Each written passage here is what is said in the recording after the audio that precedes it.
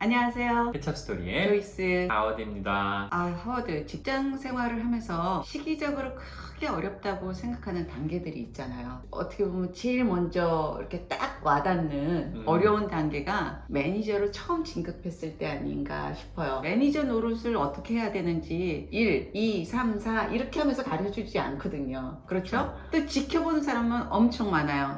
제가 승진했으니까 어떻게 하나 보자 이러고 말없이들 이렇게 눈들이 많은 거야, 지켜보는 눈이. 근데 매니저 같은 경우 이제 작은 팀은 뭐 한두 명 하면은 10명 정도도 되잖아요. 나도 처음 매니저를 하는데 설상가상 주니어 팀원을 또 받아요. 그러니까 회사 생활을 아예 처음 하는 생초짜들, 이럴 때 그 난감함과 어려움은 사실 이루 말할 수 없는 것 같아요. 맞아요. 제가 사원일 때 제 상사 매니저들을 보면서 저 매니저분은 저런 게 참 좋아, 저 매니저분은 저런 게 참 별로야, 뭐 이런 생각 저뿐만 아니라 많은 분들이 하시잖아요. 그리고 그게 참 쉬웠어요. 그렇죠. 제가 매니저가 아니기 때문에. 근데 이제 막상 제가 이제 처음으로 매니저가 되고 나서 보니까 이게 말처럼 쉽지 않더라고요. 거기 밑에 제 부장님 중에 한 분이 그런 얘기를 해주셨어요. 하워드, 네가 나중에 매니저가 되면 알 거야. 그때 해주셨던 말을 정말 많이 기억하거든요. 제 첫 T1들을 관리하면서 얼마나 힘들고 고민되고 우리 부장님도 진짜 힘들었겠구나.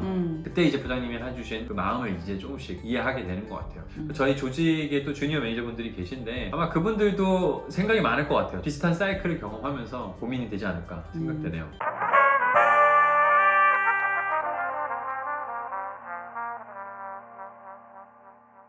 전에 제가 이 채널에서 잠깐 얘기한 적이 있었던 것 같은데, 제가 이제 매니저가 처음 됐을 때 매니저로서 준비가 안 됐었어요.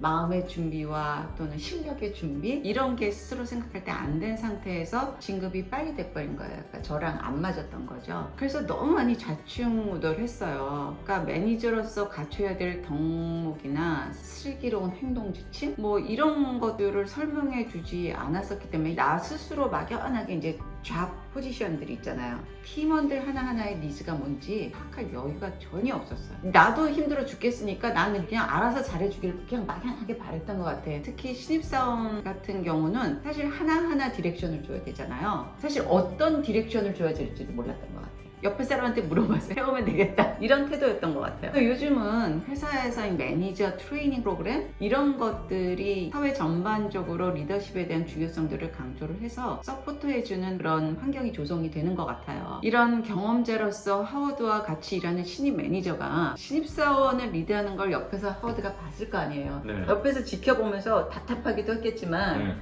또 저런 건 잘해내네, 또 이런 거는 조금 해줬으면 좋겠네, 이런 것들을 한번 얘기를 해보면 어떨까 싶어요. 처음 매니저가 된다라고 하면 내가 어떤 매니저가 되어야 하는지, 롤모델 가치관, 해야 할 것과 하지 않아야 될 것에 대한 기준을 정말 잡는 게 되게 중요한 것 같아요. 어떤 그 기준치를 가지고 나는 게 저는 제일 먼저 약간 중요하다. 내가 어떤 매니저가 돼야 될지에 대해서 좀 가이드를 확실히 잡는 게 일단 필요한 것 같아요. 그 다음에 이게 필요하다고 생각하는 게 도덕성에 대한 훈련이라고 생각하거든요. 특히 이제 조직 생활을 하는 데 있어서 내 도덕적 가치 기준이 맞는지 아닌지, 매니저로서 괜찮은 건지, 도덕성에 대한 훈련을 하는 게 정말 중요하다라는 걸 이야기하고 싶고요. 그 다음에 이거는 근거 남기기, 문서화 시키기. 그래서 이메일이라든지 문서화 시키지 않고 자기만 기억한 걸로 다 믿고 있을 때 많은 사건 사고들이 터집니다. 서로 이해하고 있는 정보가 다를 수 있거든요. 마지막으로 저는 이거, 본인 스스로를 좀 더 믿고 자신감을 가져라. 충분히 능력치가 있음에도 불구하고 액션을 잘 못할 때가 있는데 대담하게 행동해라. 조이스님도 많은 주니어 매니저들을 보셨을 텐데 그렇죠. 어떤 부분을 주니어 매니저들이 가장 어려워하는 것 같으세요?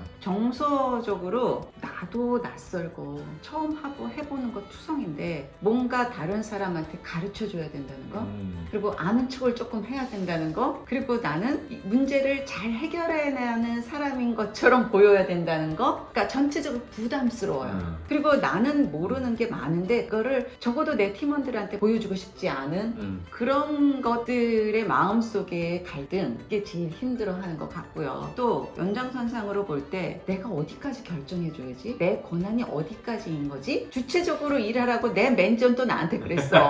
다른 매니저들하고의 관계에 있어서 내가 어떻게 보여질지, 어떤 매니저로 포지셔닝을 해야 되는 건지, 내 캐릭터는 어떻게 잡아야 되는 건지, 내 상사하고는 어떻게 대화 대화를 해야 되는 건지 어느 정도의 자신감을 가지고 얘기해야 되는 건지 그런 어떤 불투명한 이걸 제일 힘들어하는 것 같아요. 맞아요. 네. 결국엔 뭐 매뉴얼로 가르쳐 줄 수 없는 것들이죠. 경험이 쌓이고 시간이 지나서 그 내 상사에 내 팀에 좀 익숙해지면서 생기는 우리가 늘 얘기하죠. 눈치. 네, 요게 좀 쌓이면서 적응해 가는 거고 그 전까지는 정말 이렇게 정답이라는 걸 얘기해 주기가 너무 어려운 것 같아요. 그렇죠. 결국 이 모든 주니어 매니저들도 언젠가는 시간이 좀 지나서 시니어 매니저가 될 텐데 조이스님 보시기에 주니어 매니저와 시니어 매니저의 차이점 언제가 되면 약간 더 이상 주니어 매니저가 아니다 라고 이야기할 수 있는지 그런 기준이 있을까요? 좀 전에 말한 거의 연장선상인데요. 외부의 시각에서 봤을 때 그 주니어 매니저가 상사 매니저한테 질문을 좀 안 하고 그러니까 덜 하고 상사 매니저가 방으로 불러서 뭔가 지시하는 게 좀 줄어든다. 혼자서 팀을 잘 꾸려가네 이런 시선으로 볼 때 그 물리적으로 보면 이제 회사에서 통상적으로 주어지는 적정 시간, 뭐 성과 여부 본인의 시선에서 보면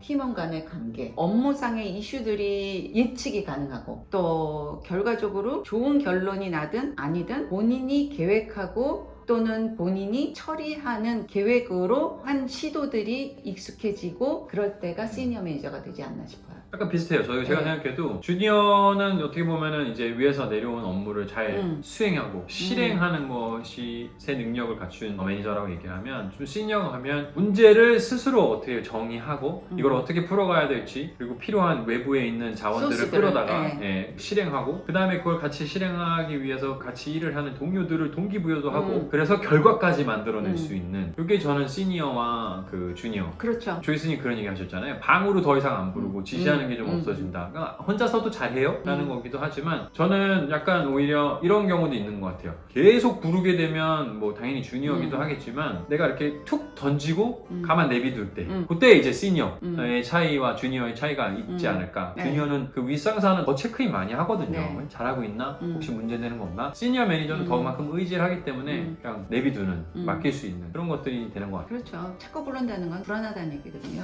그러니까 얘가 실제로 실수를 하지 않아도 불안한 거예요. 윗사람은 볼 때 발코니 뷰에서 보게 되거든요. 주니어 매니저는 밑에서 보거나 평적으로 보는 건데 상사들은 위에서 보기 때문에 보이거든요.